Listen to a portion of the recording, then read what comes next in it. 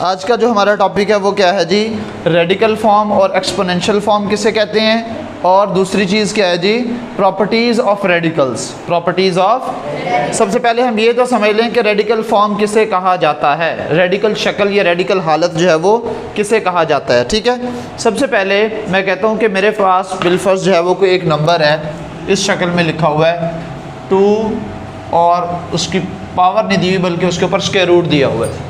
अगर मैं इसको पावर की शक्ल में लिखना चाहूँ तो एक बात आपने हमेशा याद रखनी है, ये मैं आज आपको बता रहा हूँ, आपने हमेशा ये याद रखनी है, ये जो ऊपर स्क्वायर रूट दिया हुआ है ना, इसकी वैल्यू होती है बच्चों 1/2। ये हमेशा के लिए आपने याद रख लेनी है, ये जब तक हम क्वेश्चंस करेंगे ये बार बार इस्तेमाल होगी। तो अगर मैं स्क्वायर रूट यानी कि ये जो छतरी बनी हुई है ये इसको यहाँ से उतार दूँ तो इसकी जगह क्या वैल्यू लिखूँगा, 1/2 मैं लिख सकता हूँ।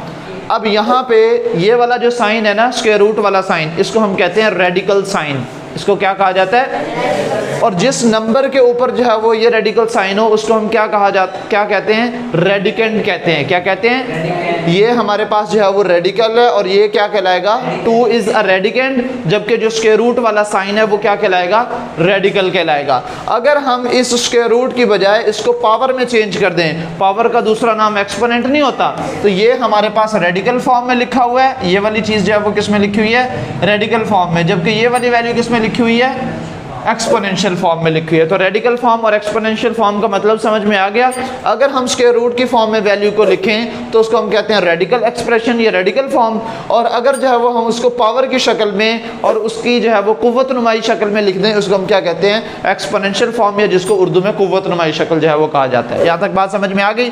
अब है हमारे पास प्रॉपर्टीज़ ऑफ रेडिकल्स। ठीक है, रेडिकल्स की प्रॉपर्टीज़ कौन कौन सी हैं, 1 बाय 1 जो है वो डिस्कस करते हैं। सबसे पहली जो प्रॉपर्टी है वो ये दी हुई है कि अगर दो नंबर्स मल्टीप्लाई हो रहे हैं और उस पूरे के ऊपर जो है वो एक ही रेडिकल साइन है तो आप उन दोनों को अलग अलग लिख सकते हैं। क्या लिखा हुआ है, ए बी, बिलफर्ज आपके पास जो फर्स्ट प्रॉपर्टी है वो क्या है जी, ए बी और उसके ऊपर nth रूट जो है वो दिया हुआ है, तो आप इसको लिख सकते हो, क्या लिख सकते हो बच्चे, बल्कि मुझे ना पहले प्रॉपर्टीज़ लिखवा दे फिर मैं इसको सॉल्व करवा दूंगा।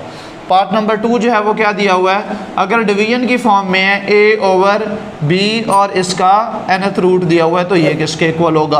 पार्ट नंबर 3 में क्या दिया हुआ है बच्चों, क्या चीज़,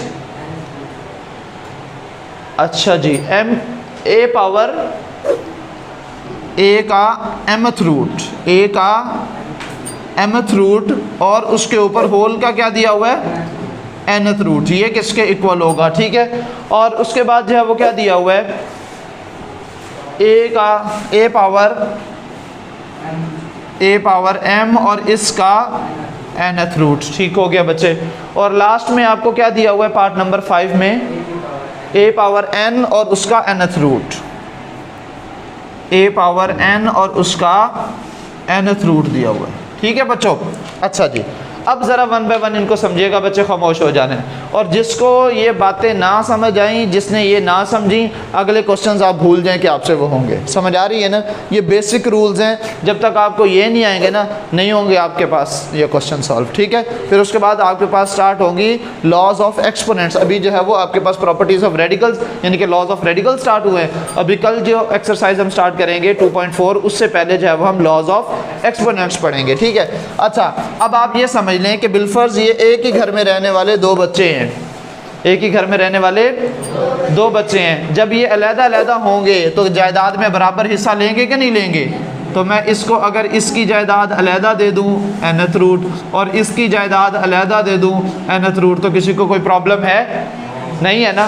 तो यही है फर्स्ट लॉ ऑफ रेडिकल, ये प्रॉपर्टीज ऑफ रेडिकल, कि अगर ए बी 2 वैल्यूज है मल्टीप्लाई हो रही हैं, ठीक है, और उनके ऊपर एक ही रूट दिया हुआ है, वो स्क्वायर रूट है, वो क्यूब रूट है, वो 4th रूट है, वो 5th रूट है, कुछ भी है, तो आप उन दोनों को अलग अलग रूट जो है वो दे सकते हैं। और अगर 2 भाई, एक ऊपर रहता है एक नीचे रहता है, जब जायदाद में हिस्सा बटेगा तब भी तो बराबर बराबर लेंगे ना, अगर मल्टीप्लाई हो रहे हैं तब भी, और अगर डिवाइड हो रहे हैं तब भी जो है वो उन दोनों को बराबर बराबर हिस्सा ही मिलेगा। तो ए का भी हमारे पास nth रूट आ जाएगा और बी का भी हमारे पास क्या आ जाएगा, nth रूट आ जाएगा। ठीक है, ये जो हमारे पास दिया हुआ है इसको ज़रा समझिएगा बेटे। इसको मैं थोड़ा सा एक्सप्लेन करूँगा, ये डायरेक्ट आपको अभी फ़िलहाल कुछ पल्ले नहीं पड़ रहा होगा कि ये कैसे जो है वो हमारे पास ये एक ही जो है वो रूट की शक्ल में आ गया। मैं इसको थोड़ा सा एक्सप्लेन करता हूँ, फिर आप इसको जो है वो बताइएगा कि समझ आया कि नहीं आया। बिलफर्ज मैं यहाँ पे साइड पे ये कर रहा हूँ, ठीक है। क्या लिखा हुआ है बेटे, a पावर a का mth रूट और होल का nth रूट। मैं इसको लिख सकता हूँ a का mth रूट वैसे का वैसे, और इसको जब मैं एक्सपोनेंशियल फॉर्म में लिखूंगा तो 1/n हो जाएगा। किसी को कोई इशू तो नहीं है? अच्छा ठीक है। और ये जो हमारे पास a का mth रूट लिखा हुआ है, तो मैं इसको भी तो पावर की शक्ल में 1/m लिख सकता हूँ, और ऊपर जो पावर दी हुई है वो क्या आ गई है 1/n। अब ये दोनों मल्टीप्लाई नहीं हो रहे, तो मैं इसको लिख सकता हूँ a power 1/m multiply by 1/n लिखा जा सकता है। और इसको मैं क्या लिख सकता हूँ, a पावर ऊपर वालों को आपस में मल्टीप्लाई करें तो 1m multiply by n, m n नहीं हो जाएगा, या n m नहीं हो जाएगा। अब ये जो 1/n हो तो हम nth रूट लिख देते हैं, 1/m हो तो mth रूट लिख देते हैं। जब 1/n इंटू m है तो मैं इसको लिख नहीं सकता a का m और nth रूट इकट्ठा लिखा जा सकता है। लिहाजा प्रूव हो गया कि ये किसके इक्वल होगा, a के m और nth रूट के प्रोडक्ट के इक्वल होगा। ठीक हो गई बात बच्चे, समझ आ गई है? अच्छा, उसके बाद जो है वो आपको दिया हुआ है ये, इसमें देखो बेटे, अब ये कह रहा है कि अगर a की पावर m हो और होल का nth रूट हो, आप इसको इस तरह से लिख लें, या पहले आप जो है वो इसका रूट लिख लें फिर उसकी होल की पावर लिख लें। यानी कि आप इसको a का nth रूट पहले लिख लो और होल की पावर m बाद में लिख लो, या पावर पहले लिख लो रूट बाद में लिख लो, कोई फ़र्क नहीं पड़ेगा। इसकी मैं आपको एक मिसाल देता हूँ। अगर आपके पास जो है वो 2 पावर 3 है और उसके ऊपर थर्ड रूट या फोर्थ रूट जो भी दिया हुआ है, या बल्कि थर्ड रूट कर लेता हूँ, थोड़ा इजी हो जाएगा। अब आप इसको क्यूब को और क्यूब रूट को कैंसिल कर सकते हैं, पॉसिबल है। और अगर मैं इसको इस फॉर्म में लिख दूँ, 2 पावर 2 का बल्कि थर्ड रूट और होल की पावर 3, अब भी तो कट जाएगा। लिहाजा आप इसको इस शक्ल में लिखें या इस शक्ल में लिखें, पहले पावर लिखें फिर रूट लिखें, या पहले रूट लिखें फिर पावर लिखें, डजंट मैटर, एक ही बात है। ठीक होगी बात बच्चे? और लास्ट जो है वो ये है कि अगर किसी भी नंबर की पावर और उसका रूट बिल्कुल सेम हो तो ये दोनों कट जाते हैं, जैसे अभी मैंने आपको काट के दिखाया है। पावर और रूट सेम है, यहाँ पे पावर 3 है, यहाँ पे थर्ड रूट है, यहाँ पे या वो थर्ड रूट पहले और पावर बाद में, तो ये किसके इक्वल आ जाएगा, सिर्फ a के इक्वल नहीं आ जाएगा। और देखो किसके इक्वल आया, ये भी तो सिर्फ 2 के इक्वल नहीं आ गया, जिसकी पावर थी और जिसका थर्ड रूट था बराबर नहीं आ गया उसके। लिहाजा फिफ्थ रूट ये साबित करता है कि अगर सेम पावर हो और सेम ही रूट हो, यानी कि a की पावर जो है वो यहाँ पे 5 होती है, ऊपर फिफ्थ रूट होता, a की पावर 3 होती है, ऊपर थर्ड रूट होता, a की पावर 9 होती है, ऊपर 9th रूट होता, आप दोनों को कैंसिल कर सकते हो, सिर्फ a लिखोगे, सिर्फ a लिखोगे। समझ आइए बात बच्चे? अब हम जो है वो एक्सरसाइज की तरफ चलते हैं और मैं क्वेश्चंस को सॉल्व करवा देता हूँ। बहुत आसान है बच्चे।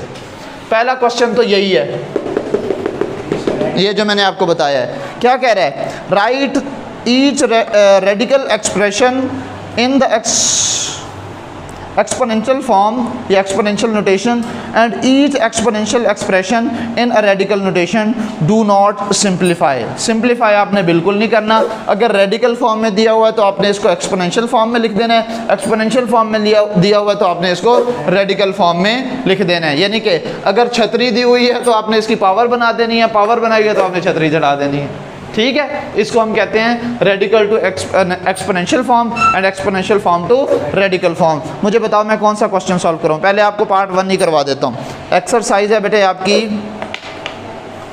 2.3 क्वेश्चन नंबर 1 और इसका पार्ट नंबर 164 प्लस क्या या माइनस क्या है, -64 और उसका थर्ड रूट दिया हुआ है। वो कह रहा है कि आप इसको किस फॉर्म में लिखोगे? मुझे बताओ, अब आप इसको एक्सपोनेंशियल फॉर्म में लिखोगे या रेडिकल फॉर्म में? एक्सपोनेंशियल में, क्योंकि रेडिकल फॉर्म में ये ऑलरेडी मौजूद है। ठीक है, अब हम इसको कुव्वतनुमाई शक्ल में जो है वो लिखेंगे। किस शक्ल में लिखेंगे?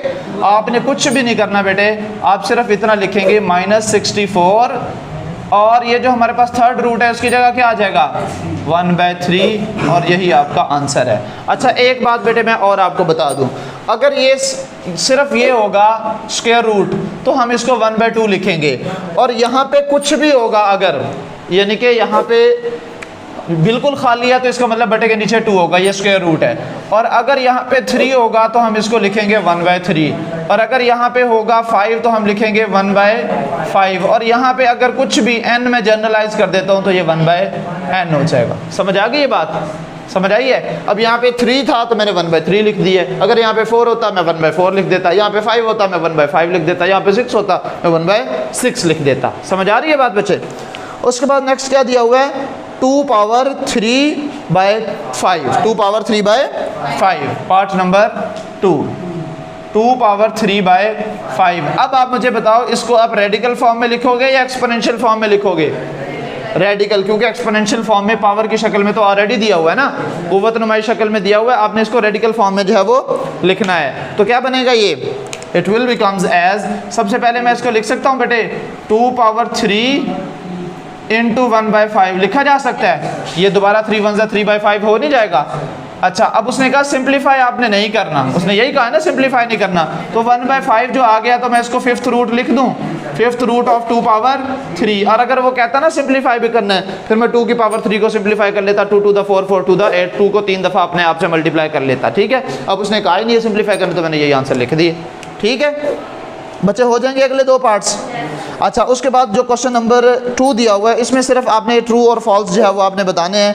कह रहा है जी tell whether the following statements are true और फॉल्स, इनमें से कौन सी स्टेटमेंट्स जो है वो दुरुस्त हैं और कौन सी स्टेटमेंट्स गलत हैं। क्या लिखा हुआ है 1/5 और इक्वल टू क्या लिखा हुआ है स्क्वायर रूट ऑफ 5, ये सही है या गलत है? गलत है, क्योंकि 1/5 है तो 5th रूट आना चाहिए था, उसने सिर्फ स्क्वायर रूट लिखा हुआ है तो गलत हो गई। दूसरी बात क्या लिखी हुई है 2/2/3 विच इज़ इक्वल टू 4 का 3rd रूट, ये सही है या गलत है? कैसे? 2/2 को मैं अलहदा कर लूँगा, 1/3 को अलहदा कर लूँगा। 2/2 का क्या मतलब होगा 4, और 4 का 3rd रूट दिया हुआ है, बिल्कुल सही है। Square root of 49 which is equal to square root of 7, सही है या गलत है? गलत है बेटे, स्क्वायर रूट फिर भी दिया हुआ है 7 के ऊपर, square root of 49 is equal to just 7 not square root of 7, लिहाजा ये गलत है। उसके बाद क्या दिया हुआ है 3rd root of 27 which is 3rd root of x⁻27 which is equal to x⁻3, सही है या गलत है? गलत है। कैसे? 27 को 3 पर डिवाइड करेंगे तो 9 आएगा, 3 नहीं आएगा, लिहाजा x⁻9 दिया होता तो ठीक होता, अदरवाइज ये गलत है। ठीक है, लास्ट क्वेश्चन जो कि इंपॉर्टेंट है बच्चों शॉर्ट क्वेश्चन के लिए, ये मैं आपको सॉल्व करवा देता हूँ। क्वेश्चन नंबर 3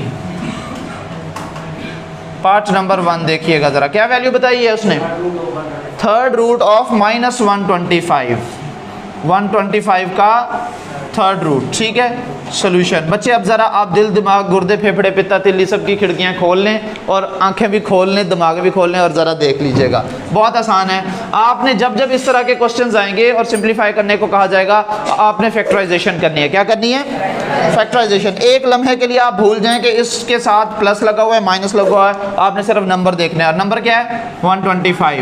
125 को मिनिमम मैं किस नंबर पर डिवाइड कर सकता हूँ 5 पर डिवाइड कर सकता हूँ। ठीक है, तो ये 5 2 दा 10, 5 5 ज़ा 25, फिर 5 5 ज़ा 25, फिर 5 1 ज़ा 5, तो मैं इसको लिख सकता हूँ -5/3। -5 को 3 दफ़ा मल्टीप्लाई करो, -5 मल्टीप्लाई बाय -5 प्लस का 50 हो जाएगा, प्लस का 25 हो जाएगा, फिर प्लस का 25 multiply by -5 plus minus -25 multiply by 5 -125। और इसके ऊपर क्या था 3rd रूट, तो मैं इसकी जगह क्या लिख सकता हूँ 1/3 भी लिखा जा सकता है, या आप 3rd रूट लिखा रहने दे तो भी ठीक है। ये दोनों कट जाएंगे, क्या बच जाएगा -5, या अगर आप इसको इस फॉर्म में ना भी लिखो, या फिर मैं दोबारा लिख देता हूँ, इससे आप ये भी कर सकते हो। देखो -5 की पावर 3 और इसके ऊपर क्या है 3rd रूट। मैंने आपको प्रॉपर्टीज़ में बताया था अगर पावर सेम हो और ऊपर वही रूट हो तो दोनों क्या हो जाते हैं कट जाते हैं, तो आप इसको डायरेक्ट कैंसिल करके फिर भी -5 ही लिख सकते हैं। ठीक है, समझ आइए बात। एक जो है मैं आपको बेटे और करवा देता हूँ, ये बटे वाला लास्ट पार्ट करवा देता हूँ, ये इसमें सारी चीज़ें सॉल्व हो जाएंगी। ठीक है, पार्ट नंबर 4 क्या दिया हुआ है थर्ड रूट ऑफ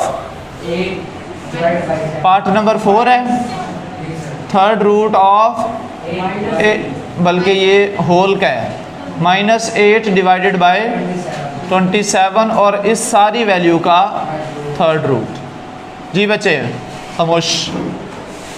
जी अब आप सबसे पहले क्या करेंगे, मैंने यहाँ पे आपको एक रूल बताया था दूसरा कि अगर जो है वो दो भाई, एक ऊपर रहता है और एक नीचे वाली मंजिल में रहता है, जब जुदे होंगे, अलग-अलग होंगे, अड वखरे होंगे, तो वो अपना बराबर हिस्सा लेंगे ना, तो दोनों को अलग पावर दे देंगे। तो मैं इसको लिख सकता हूँ -8 इसका थर्ड रूट डिवाइडेड बाय 27 और इसका भी थर्ड रूट। क्यों बच्चे, किसी को कोई मसला हो तो बता सकता है। -8 के और 27 के दोनों के फैक्टर्स बना लेंगे। 8 के फैक्टर्स बनाते हैं, -8 के भी मिल ही जाएंगे। 2 पर डिवाइड करें, 2 4 ज़ा 8, फिर 2 पे डिवाइड करें, 2 2 ज़ा 4 और 2 1 ज़ा 2। तो मैं इसको लिख सकता हूँ -2 पावर 3 लिखा जा सकता है और उसके ऊपर थर्ड रूट वैसे का वैसे डिवाइडेड बाय। अब 27 के जो है वो आप फैक्टर्स बनाएं, किस पर डिवाइड किया जा सकता है? 3 9 ज़ा 27, 3 3 ज़ा 9 एंड 3 1 ज़ा 3। तो किसके इक्वल आ गया? 3 पावर 3 के इक्वल आ गया और उसके ऊपर है थर्ड रूट। छुरा फेरूं, छुरा फेरने का वक्त आ गया, ये सबसे फेवरेट टाइम होता है मेरा। तो अब देखो पावर और रूट सेम है, लिहाजा कट जाएंगे। क्या आंसर आ गया? -2 divided by 3 which is your required answer. ठीक हो गया बच्चे? क्या चीज़? वो साइड पे लिखा हुआ है। अच्छा एक बात और, चलो जी अब आपने सही टाइम पे ये छेड़ ली है बात। देखो बेटे ये क्वेश्चन ख़त्म हो गया है। मैं आपको एक बात बताता हूँ, अगर लिखा हुआ हो -2/3 या लिखा हुआ हो बल्कि इधर लिख देता हूँ, या लिखा हुआ हो -2 डिवाइडेड बाय 3 या लिखा हुआ हो 2 डिवाइडेड बाय -3, तीनों का एक ही मतलब है। जहाँ दिल चाहे आप लगा दें, फाइनल आंसर जब आप पॉइंट में निकालेंगे नेगेटिव ही आना है।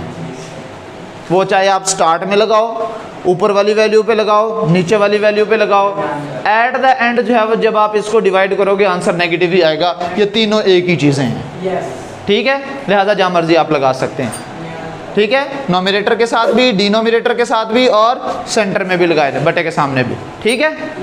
बच्चे अब हो जाएंगे ये क्वेश्चंस, पक्की बात है? चलें जी, आज के लिए इतना ही। कल इंशाअल्लाह अज़ीज़ हम लॉज ऑफ एक्सपोनेंट स्टार्ट करेंगे और 2.4 one of the most important for long questions, ठीक है? और चंद एक इसमें से शॉर्ट क्वेश्चन भी आते हैं। क्वेश्चन नंबर 3 के लास्ट 2 पार्ट्स, क्वेश्चन नंबर 1 का पार्ट नंबर 2, ये 3 जो है, और क्वेश्चन नंबर 1 का पार्ट नंबर 3 भी। ये 4 बड़े अहम शॉर्ट क्वेश्चंस हैं और बाकी पूरी एक्सरसाइज लॉन्ग क्वेश्चन के लिए और इंतहाई अहम है। मोर देन 90% चांसेस ये होते हैं कि चैप्टर नंबर 2 में से जो लॉन्ग क्वेश्चन बनता है वो 2.4 में से बनता है, ठीक है? चलो जी, आज के लिए इतना ही। कल इंशाल्लाह फिर मुलाकात होगी। अल्लाह हाफिज़। बंद कर दो बच्चे।